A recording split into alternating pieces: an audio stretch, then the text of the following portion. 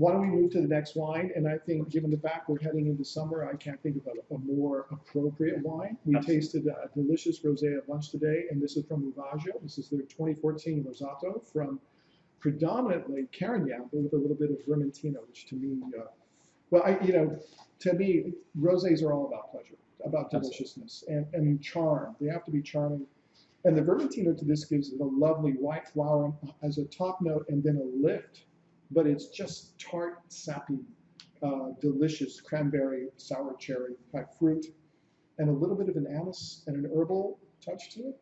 It is. It's really nice. This is, as you mentioned, this is Uvaggio Rosato. Jim Moore is the winemaker and proprietor at Uvaggio, and for the first time he was actually able to source fruit from the Bechtold vineyard, which is arguably the world's oldest Senso vineyard.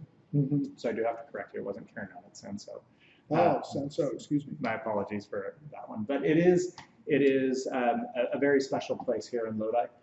The Bechtold vineyard is 129 years old. We'll be celebrating its 130th birthday next year. And it's a very special spot. It's about a 25-acre vineyard. And it's being farmed, dry farming, organic, certified sustainable under the Lodi Rules program, and makes these beautiful, beautiful light red wines, but also makes these really nice rosés. Jim is known for Italian varietals, very, very much committed to the likes of Primitivo and Sangiovese and others. Vermentino is a wonderful white that he makes in addition to Moscato. So it's not surprising that he put in a little Vermentino for his touch into the Senso. But this is really special wine to have the opportunity to from this vineyard. How many rosés are actually made from this vineyard? Two that I know of. Sometimes there's three. It's because the vineyard is so small and the age, the yields really tend to be only about 75 tons annually. And because of that, you can imagine that it's real small lot production. Yes. And the rosé comes from a section that actually is very close to a waterway at the back portion of the vineyard. So there's a little bit of water seepage that comes into that part of the vineyard, and it really allows for these nice rosés to be made out of that area where the clusters are a little bit bigger, the fruit's a little bit bigger, and it lends itself nicely to rosé. So this is made specifically as rosé as opposed to Saignée. Absolutely. Wow. Absolutely. And do we know, just to be a little geeky, is this stainless steel or does this see larger cooperage? I believe this is all stainless steel. Yeah. Okay. I believe it is. Very pure fruit. It is. It's really nice. The Bechtold was also selected at the California State Fair as the 2014 Vineyard of the Year for the state of California. Very special distinction for us to really receive here in Lodi. It's a gorgeous spot.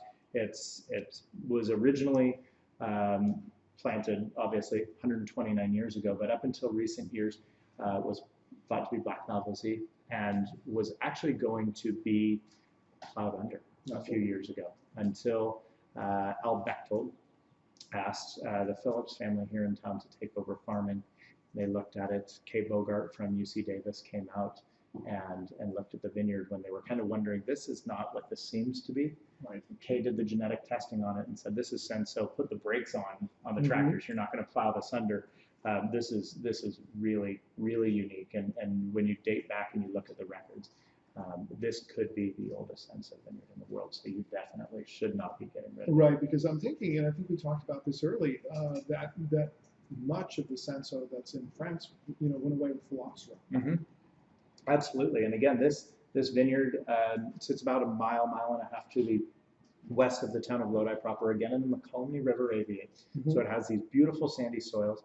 The vines are own-rooted, and they don't have the phylloxera pressure that wiped out a lot of the old world Senso vines. So, that's where we always throw in that caveat, that arguably or thought to be, but we're pretty proud of it and haven't had anybody argue against us. Right. So until I have somebody go against me, I'm going to continue to go with the oldest Senso vineyard in the world. I also have to think, just in terms of vines on their own roots, this has to be one of the most special places in California. Right. And a lot of our vines have actually continue to persist on their own roots, and it dates back to when 100 plus years ago when vines were being put into the ground. Folks really, we didn't have the system of grafting over and rootstock that we do today, and so it really makes for some really special experiences and really interesting fruit expression.